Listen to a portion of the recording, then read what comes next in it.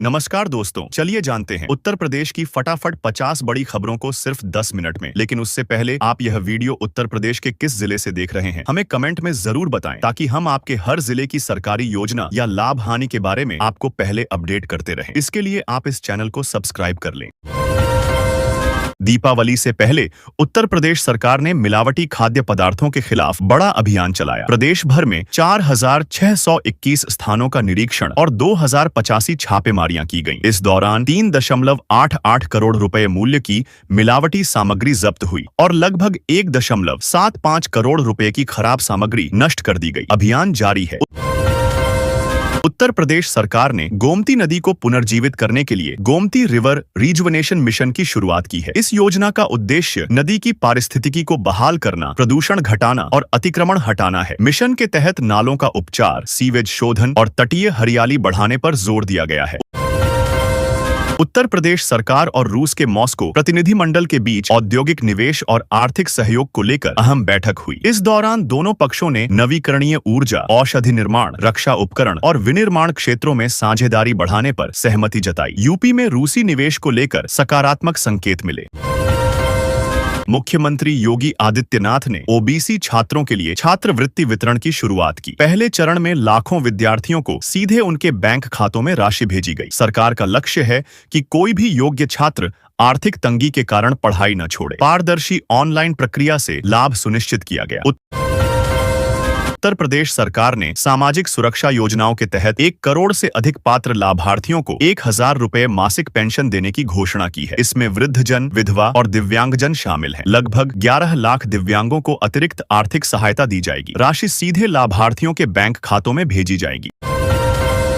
उत्तर प्रदेश सरकार ने छठ पूजा के लिए विशेष दिशा निर्देश जारी किए हैं। इन निर्देशों में सार्वजनिक स्थलों की सफाई, जल निकासी सुधार और सुरक्षा व्यवस्था को प्राथमिकता दी गई है। इसका उद्देश्य है कि श्रद्धालु सुरक्षित एवं व्यवस्थित तरीके से पूजा कर सकें और किसी प्रकार की असुविधा का सामना न करना पड़े। उत्तर प्रदेश सरकार ने राज्य कर्मचारियों और पेंशनरों को दिवाली से पहले बड़ी राहत दी है। मुख्यमंत्री योगी आदित्यनाथ ने महंगाई भत्ता डीए और महंगाई राहत डीआर में 3% की बढ़ोतरी को मंजूरी दी। यह वृद्धि 1 जुलाई 2025 से लागू होगी। इससे लगभग 22 लाख लोगों को लाभ मिलेगा। उत्तर प्रदेश सरकार ने दिव्यांगजन की आत्मनिर्भरता को बढ़ावा देने के लिए दिव्य दीपावली मेला का आयोजन किया है। इस प्रदर्शनी में दिव्यांगजन द्वारा निर्मित उत्पादों की बिक्री और प्रदर्शनी की जा रही है। मेले का उद्देश्य उनके कौशल को मंच देना और रोजगार के नए अवसर उपलब्ध कराना है। उत्तर प्रदेश आवास विकास परिषद ने दिवाली के अवसर पर घर खरीदने वालों के लिए विशेष ऑफर शुरू किया है। परिषद ने एक मुश्त भुगतान करने वाले खरीदारों को फ्लैट की कीमत पर 15% तक की छूट देने की घोषणा की है। यह योजना लखनऊ, कानपुर और गाजियाबाद जैसे शहरों में लागू होगी। नोएडा में उपभोक्ताओं की सुविधा के लिए बिजली विभाग ने मेगा कैंप का आयोजन किया है। 15 से 17 अक्टूबर तक चलने वाले इस कैंप में लोग अपने पुराने बिजली बिल जमा कर सकते हैं और शिकायतों का समाधान पा सकते हैं। विभाग ने उपभोक्ताओं को रियायतें देने की भी घोषणा की है। उत्तर प्रदेश सरकार ने दीपावली से पहले खाद्य सुरक्षा अभियान को तेज कर दिया है। राज्य भर में खाद्य सुरक्षा अधिकारियों द्वारा बड़े पैमाने पर छापेमारी की जा रही है। अब तक हजारों स्थानों से नमूने लिए गए और करोड़ों रुपए की मिलावटी सामग्री जब्त की गई। दोषियों पर सख्त कार्रवाई जारी है। उत्तर प्रदेश सरकार ने बौद्ध और सिख तीर्थयात्रियों के लिए नई यात्रा योजना की घोषणा की है। योजना के तहत पात्र तीर्थयात्रियों को प्रति व्यक्ति 10,000 रुपए की आर्थिक सहायता प्रदान की जाएगी। इसका उद्देश्य धार्मिक पर्यटन को बढ़ावा देना और यात्रियों की यात्रा खर्च में राहत देना है। उत्तर प्रदेश की राज्य कैबिनेट ने 3 नई प्राइवेट विश्वविद्यालयों की स्थापना को मंजूरी दे दी है। इन विश्वविद्यालयों के जरिए उच्च शिक्षा के अवसर बढ़ेंगे, गुणवत्तापूर्ण शिक्षा उपलब्ध होगी और प्रदेश में शैक्षिक ढांचे का विस्तार सुनिश्चित होगा। उत्तर प्रदेश सरकार ने प्रस्तावित किया है कि राज्य में हर कामकाजी युवा को न्यूनतम वेतन मिलेगा। इस नीति का उद्देश्य युवाओं के आर्थिक सशक्तिकरण को बढ़ावा देना, रोजगार में न्याय सुनिश्चित करना और श्रम बाजार में समान अवसर प्रदान करना है। उत्तर प्रदेश को प्रधानमंत्री आवास योजना शहरी PMAYU 2.0 के तहत 12,000 करोड़ रुपए का आवंटन मिला है। इस राशि का उपयोग शहरी गरीब परिवारों को पक्के आवास उपलब्ध कराने के लिए किया जाएगा, जिससे बस्तियों का सुधार और आवास सुरक्षा सुनिश्चित होगी। उत्तर प्रदेश सरकार ने शुद्ध वायु योजना UP clean air plan launch की है। इस योजना के तहत प्रदेश में वायु प्रदूषण कम करने के लिए रोड मैप तैयार किया गया है, जिसमें औद्योगिक उत्सर्जन नियंत्रण, यातायात सुधार, हरित क्षेत्र वृद्धि और जागरूकता अभियान शामिल है। उत्तर प्रदेश सरकार ने इन्वेस्ट यूपी एजेंसी की नीतियों को व्यापक रूप दिया है। इन नीतियों के तहत स्टार्टअप, टेक्सटाइल, कृषि निर्यात और विनिर्माण जैसे क्षेत्रों में सुधार किए गए हैं, ताकि निवेश आकर्षित हो, रोजगार बढ़े और राज्य की आर्थिक वृद्धि तेज हो। उत्तर प्रदेश सरकार ने कृषि निर्यात नीति, डेयरी विकास नीति और चिकित्सा शिक्षा नीतियां सहित कई क्षेत्रीय नीतियां इन्वेस्ट यूपी की वेबसाइट पर प्रकाशित की है। इन नीतियों का उद्देश्य निवेश आकर्षित करना, क्षेत्रीय विकास को बढ़ावा देना और रोजगार सृजन को सुनिश्चित करना है। उत्तर प्रदेश सरकार ने गोरखपुर में नया औद्योगिक टाउनशिप विकसित करने का निर्णय लिया है। इसके लिए 600 एकड़ जमीन अधिग्रहित की जाएगी। इस परियोजना का उद्देश्य औद्योगिक निवेश बढ़ाना, रोजगार सृजन करना और क्षेत्र की आर्थिक गतिविधियों को सक्रिय करना है। उत्तर प्रदेश के नवीन एवं अक्षय ऊर्जा विभाग यूपीएनआईडीए ने पीएम सूर्य घर मुफ्त बिजली योजना सहित अन्य नवीनीकृत ऊर्जा कार्यक्रमों को आगे बढ़ाया है। इन पहलों का उद्देश्य घरेलू सौर ऊर्जा प्रणाली को बढ़ावा देना, स्वच्छ ऊर्जा का उपयोग बढ़ाना और बिजली की लागत में कमी लाना है। उत्तर प्रदेश में जीरो पावर्टी मिशन के तहत प्रत्येक ग्राम पंचायत में गरीबी उन्मूलन के लिए सर्वे शुरू किया गया है। इस सर्वे में हर पंचायत से 10 से 25 गरीब परिवारों की पहचान की जा रही है। चयनित परिवारों को सभी सरकारी योजनाओं का एकीकृत लाभ देकर उन्हें आत्मनिर्भर बनाया जाएगा।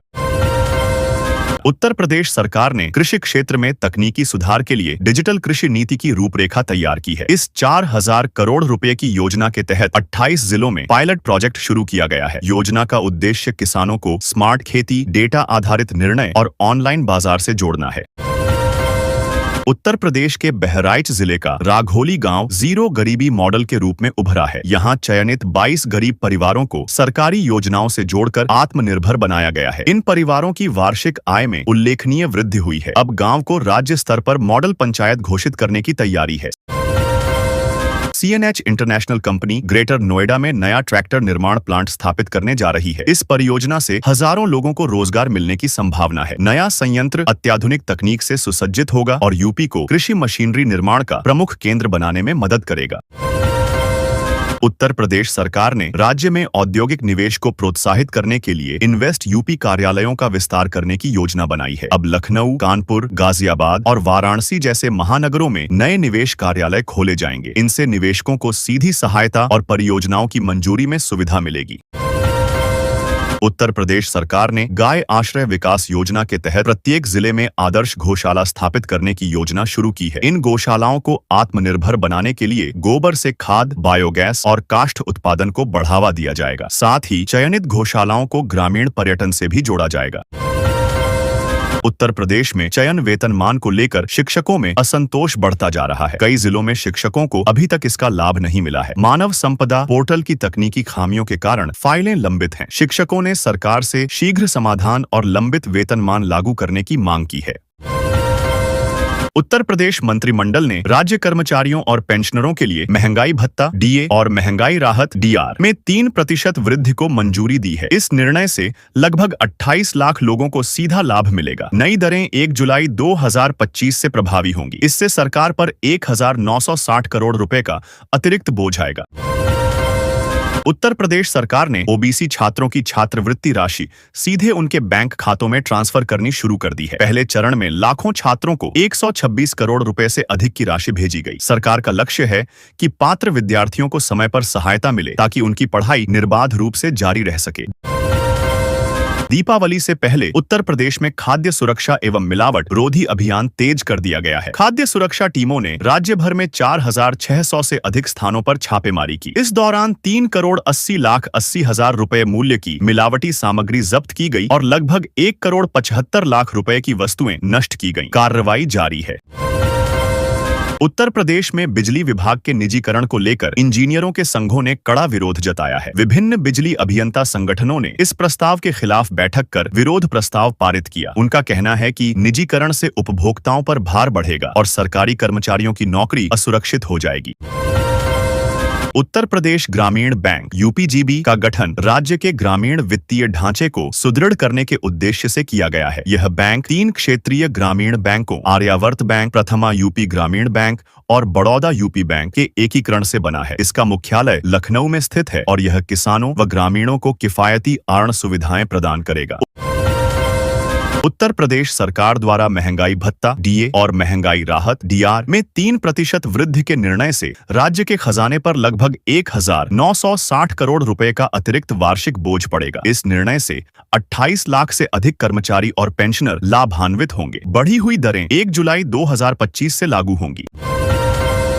उत्तर प्रदेश सरकार ने सरकारी योजनाओं के बिंदु समेकन स्कीम कन्वर्जेंस की पहल शुरू की है। इसके तहत गरीबी रेखा के भीतर आने वाले प्रत्येक परिवार को सभी प्रमुख योजनाओं जैसे आवास, रोजगार, पोषण, शिक्षा, स्वास्थ्य और पेंशन का संयुक्त लाभ एक ही पोर्टल से उपलब्ध कराया जाएगा। इससे पारदर्शिता और दक्षता दोनों बढ़ेंगी। उत्तर प्रदेश सरकार ने राज्य में औद्योगिक निवेश को प्रोत्साहन देने के लिए नई पहल की है। इसके तहत लखनऊ, नोएडा, कानपुर और वाराणसी जैसे मेट्रो शहरों में निवेश कार्यालय और विशेषज्ञ सेल स्थापित किए जा रहे हैं। ये सेल निवेशकों को प्रोजेक्ट अनुमोदन, भूमि आवंटन और नीति परामर्श में सहायता प्रदान करेंगे। उत्तर प्रदेश सरकार ने राज्य को कृषि मशीनरी निर्माण और निर्यात का हब बनाने की दिशा में कदम बढ़ाया है। नए औद्योगिक निवेशों और उत्पादन इकाइयों को प्रोत्साहन दिया जा रहा है। गोरखपुर, ग्रेटर नोएडा और बरेली में कृषि उपकरण निर्माण क्लस्टर विकसित किए जा रहे हैं ताकि रोजगार और निर्यात दोनों बढ़ सकें। उत्तर प्रदेश में शिक्षक संगठनों ने चयन वेतनमान और वेतन विसंगति से जुड़े लंबित मामलों पर नाराजगी जताई है। प्रशासनिक देरी से असंतुष्ट शिक्षकों ने आंदोलन की तैयारी शुरू कर दी है। संगठनों का कहना है कि वर्षों से लंबित वेतनमान मामलों का समाधान न होने से आर्थिक और मनोबल दोनों पर असर पड़ रहा है। उत्तर प्रदेश सरकार ने आंगनवाड़ी सेवा में रिक्त 69,000 पदों को भरने की प्रक्रिया शीघ्र शुरू करने का निर्णय लिया है। मुख्यमंत्री योगी आदित्यनाथ ने निर्देश दिए हैं कि भर्ती पारदर्शी और मेरिट के आधार पर हो। इस कदम से राज्य में महिला व बाल विकास सेवाओं को सशक्त बनाने में मदद मिलेगी।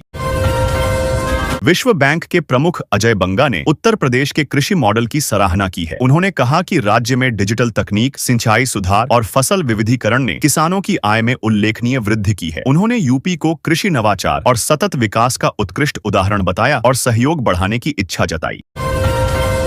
मुख्यमंत्री योगी आदित्यनाथ ने राज्य के 4,83,000 छात्रों को छात्रवृत्ति वितरित करने की घोषणा की है। इस योजना के तहत कुल 126 करोड़ रुपए की राशि सीधे विद्यार्थियों के बैंक खातों में ट्रांसफर की जाएगी। सरकार का उद्देश्य है कि कोई भी प्रतिभाशाली छात्र आर्थिक तंगी के कारण पढ़ाई से वंचित न रहे। उत्तर प्रदेश सरकार ने दिवाली के अवसर पर लगभग 15 लाख राज्य कर्मचारियों को बोनस देने की घोषणा की है। प्रत्येक पात्र कर्मचारी को 7,000 रुपए तक का बोनस मिलेगा। मुख्यमंत्री योगी आदित्यनाथ ने कहा कि यह कदम कर्मचारियों के मनोबल को बढ़ाने और त्योहारों के दौरान आर्थिक राहत देने के लिए उठाया गया है। आयकर विभाग ने उत्तर प्रदेश में बड़े पैमाने पर नकद लेन देन से जुड़े संपत्ति सौदों की जांच शुरू की है। विभाग ने कई जिलों के उप पंजीयकों से रजिस्ट्रेशन डेटा मांगा है। शुरुआती जांच में करोड़ों रुपए के बिना हिसाब नकद सौदे सामने आए हैं। संदिग्ध लेन देन पर कड़ी कार्रवाई की तैयारी है। अखिल भारतीय विद्युत अभियंता संघ AIPEF ने उत्तर प्रदेश में बिजली वितरण के निजीकरण प्रस्ताव का कड़ा विरोध किया है। संघ का कहना है कि निजीकरण से उपभोक्ताओं पर आर्थिक बोझ बढ़ेगा और सरकारी कर्मचारियों की नौकरी असुरक्षित हो जाएगी। अभियंता संघ ने सरकार से प्रस्ताव वापस लेने की मांग की है। उत्तर प्रदेश के उप मुख्यमंत्री ब्रजेश पाठक ने लखनऊ में 2 करोड़ 17 लाख रुपए की विकास परियोजनाओं का शुभारंभ किया। इन परियोजनाओं में सड़कों के नवीनीकरण, जल निकासी सुधार और शहरी स्वच्छता कार्य शामिल हैं। उन्होंने कहा कि सरकार राजधानी को आधुनिक बुनियादी ढांचे और बेहतर नागरिक सुविधाओं से सुसज्जित करने के लिए प्रतिबद्ध है। उत्तर प्रदेश सरकार ने दिवाली से पहले उज्ज्वला योजना के तहत 1.86 करोड़ महिलाओं को मुफ्त LPG रिफिल देने की घोषणा की है। इस योजना का उद्देश्य गरीब परिवारों को स्वच्छ ईंधन उपलब्ध कराना और घरेलू खर्च में राहत देना है। सरकार ने इसके लिए करोड़ों रुपए का बजट स्वीकृत किया है। मुख्यमंत्री योगी आदित्यनाथ ने दलित युवक पोस्टर लिंचिंग मामले पर कड़ा रुख अपनाते हुए कहा कि दोषियों को किसी भी कीमत पर बख्शा नहीं जाएगा। उन्होंने अधिकारियों को त्वरित जांच और न्याय सुनिश्चित करने के निर्देश दिए हैं। मुख्यमंत्री ने पीड़ित परिवार को हर संभव सहायता और सुरक्षा देने का आश्वासन भी दिया। मुख्यमंत्री योगी आदित्यनाथ ने राज्य के लगभग 28 लाख कर्मचारियों और पेंशनरों के महंगाई भत्ते डीए और महंगाई राहत डीआर में 3% की वृद्धि की घोषणा की है। यह बढ़ोतरी 1 जुलाई 2025 से प्रभावी होगी, जिससे डीए 55% से बढ़कर 58% हो जाएगा। इस निर्णय से कर्मचारियों को 1960 करोड़ का लाभ होगा। मुख्यमंत्री योगी आदित्यनाथ के निर्देश पर उत्तर प्रदेश सरकार ने 18 से 30 अक्टूबर 2025 तक प्रोत्साहन अवधि घोषित की है। इस दौरान छठ पूजा और अन्य त्योहारों के मद्देनजर बसों की संख्या बढ़ाकर संचालन किया जाएगा, ताकि यात्रियों को सुविधा और सुरक्षित परिवहन सुनिश्चित हो सके।